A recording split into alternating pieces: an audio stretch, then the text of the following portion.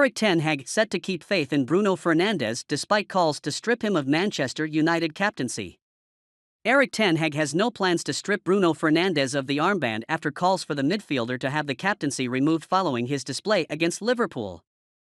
Fernandes has had the armband for most of the season, what with Harry Maguire's continued absence from the side. But the Portuguese midfielder displayed little of the leadership skills that earned him the armband against Liverpool on Sunday.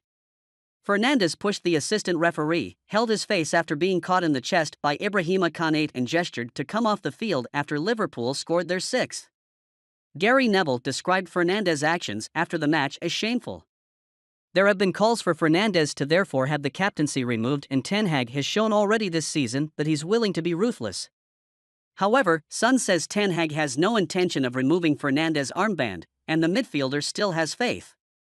Fernandes is said to have spoken to his teammates after the defeat and told them they needed to fix the situation for the rest of the season.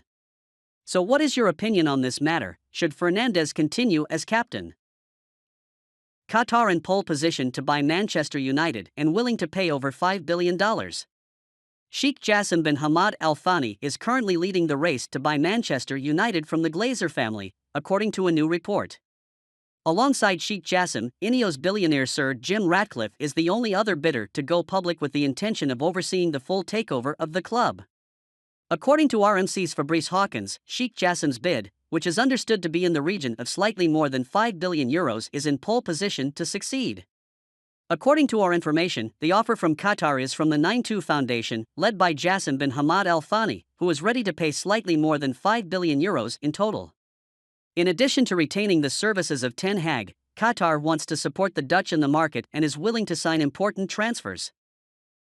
Manchester United could swoop for World Cup winning goalkeeper Emiliano Martinez. Sunday's horror show in Liverpool will live on in memories, but given Manchester United's busy schedule, it needs to be reinstated quickly. Aston Villa goalkeeper Emiliano Martinez is looking to move to a bigger club in hopes of playing regularly in the Champions League, according to Calciomercato. Winning the World Cup means Villa will find it difficult to keep a hold of the former Arsenal man.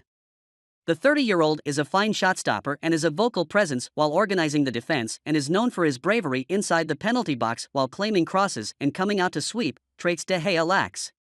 The manager will have realized the futility of trying to play an expansive style with the players he has at the moment, especially against the big boys away from home. David De Gea's inability to play as a sweeper keeper means the defensive line remains low, and it was exploited to the full by the hosts. Alisson's ability to find his fullback's time and again compared to the Spaniard going long all the time and missing his player was a regular feature. While the club are trying to agree a new deal on lower terms with the Spain international, a new modern goalkeeper is the need of the hour for the team from Manchester. So what is your opinion on this subject? Would you like to see Emiliano Martinez in Manchester? Casemiro could miss Man United's Europa League last 16 tie against Real Betis and will be assessed by medical staff after picking up an injury in Liverpool humiliation. Casemiro may miss Manchester United's Europa League round of 16 first game on Thursday, according to reports. United will face Real Betis at Old Trafford after beating Barcelona in the round of 32 last month. Casemiro has been a vital player for United this season since joining from Real Madrid in the summer.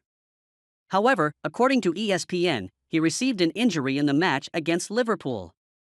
The 31-year-old player is expected to be evaluated by the medical teams before the match before the injury status becomes clear. He's played 35 times for the Red Devils so far this season following his £65 million move from Spain. The Brazilian helped Erik ten Hag's side to their first trophy under the Dutchman last weekend when they beat Newcastle to lift the Carabao Cup at Wembley.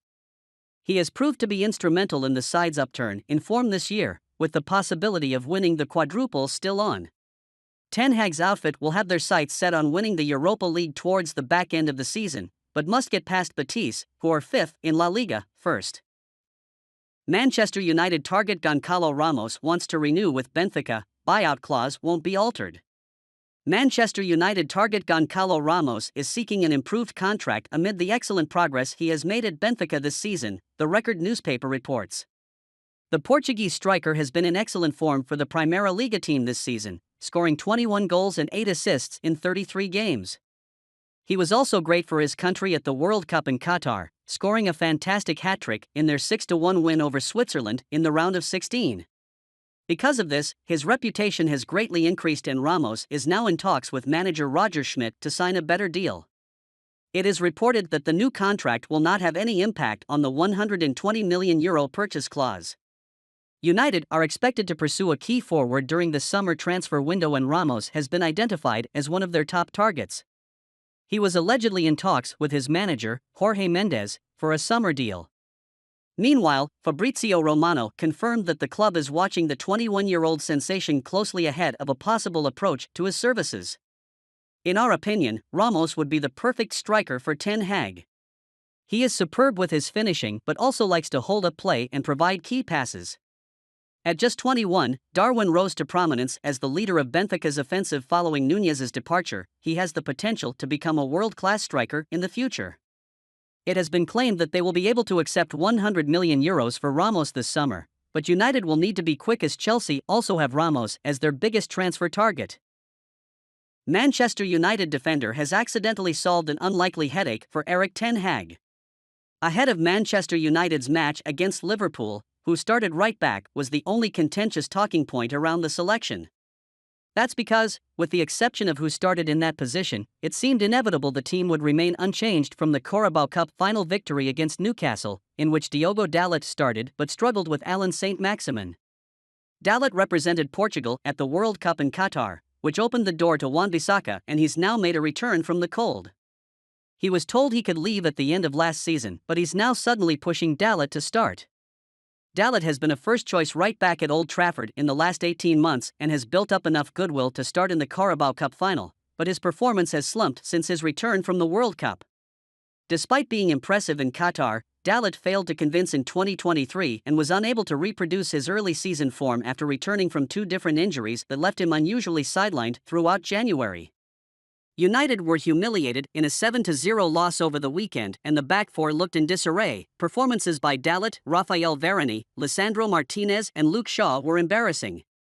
However, it looks like the Portuguese international will be kicked out of the starting 11 against Real Betis in Thursday night's Europa League, as he faces the most competition for his current role.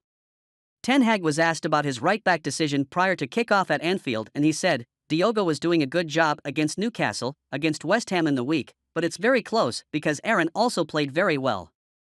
If the two are too close to begin with, the scales are now in Wan-Bissaka's favor.